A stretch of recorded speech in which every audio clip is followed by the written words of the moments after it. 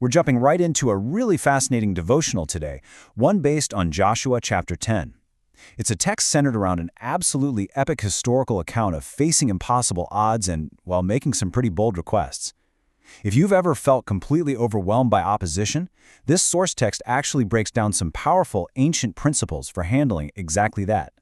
So, what do you do when enemies surround you on every side? I mean, it's a terrifying thought, right?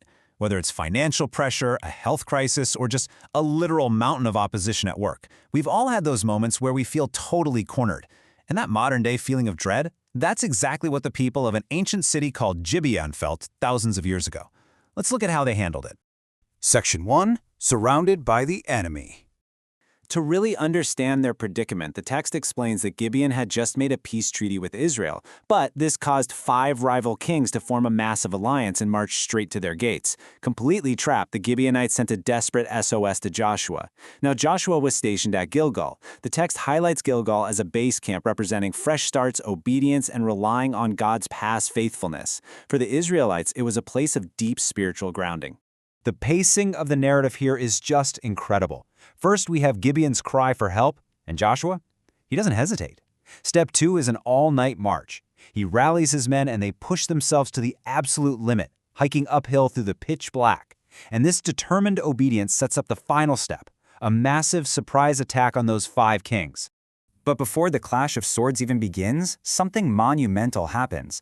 The text notes that the Lord spoke to Joshua, saying, "Do not fear them, for I have delivered them into your hand. Not a man of them shall stand before you." The devotional points out something absolutely crucial here. Victory was spoken into existence before the battle even truly started. Joshua wasn't just fighting with soldiers, he was fighting with a guarantee.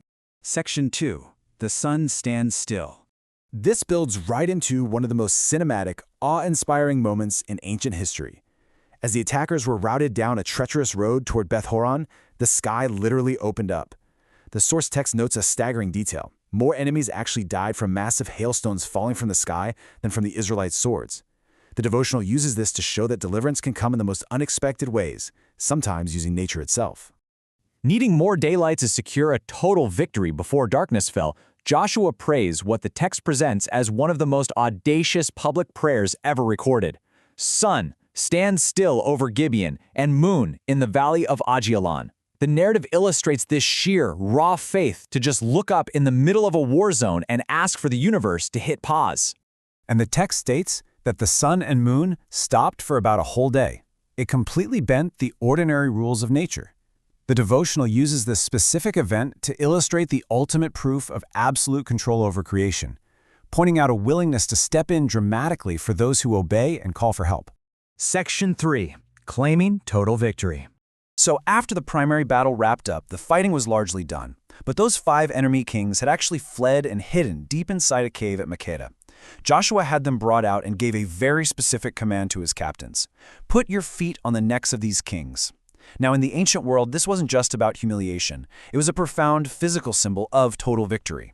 It was proof that the enemies who once terrified them were now completely subdued. While his captains were doing this, Joshua delivered this powerful encouragement. Do not be afraid, nor be dismayed. Be strong and of good courage. He was teaching his people, and by extension, the devotional argues it teaches modern readers, exactly how to actively claim promised victories. Section 4. Modern Echoes of Faith.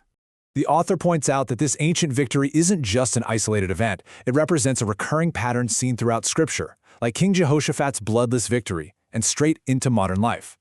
In the political arena, the text highlights John Anderson, the former Deputy Prime Minister of Australia.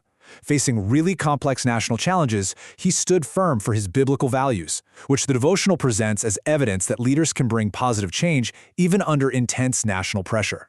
Or consider the ministry arena. 17 years. That is how long Pastor Dmitry spent in a Soviet prison among hardened criminals. Arrested simply for holding a worship service, he faced extreme isolation but just kept sharing his faith. Similar to Joshua hearing a divine promise, the author suggests Pastor Dmitry's endurance showed how one can be sustained through the absolute longest of battles.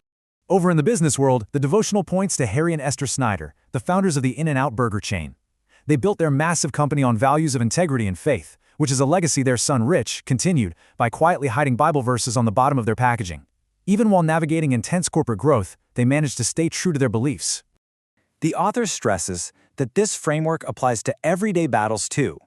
Think about a teacher facing unfair treatment, a factory worker burdened with an impossible workload, a homeowner battling intense financial pressure, or families just trying to navigate conflict.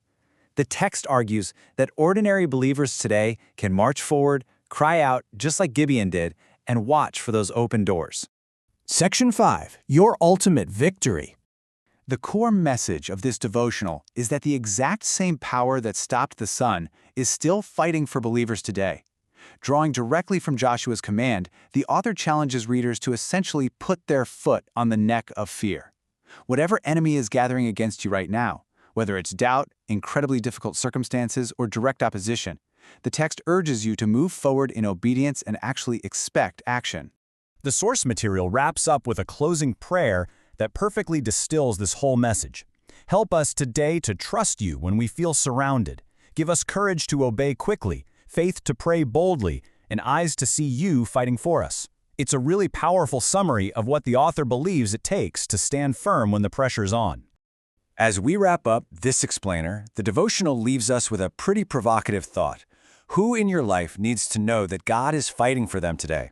The text invites you to go encourage them with those exact same ancient words.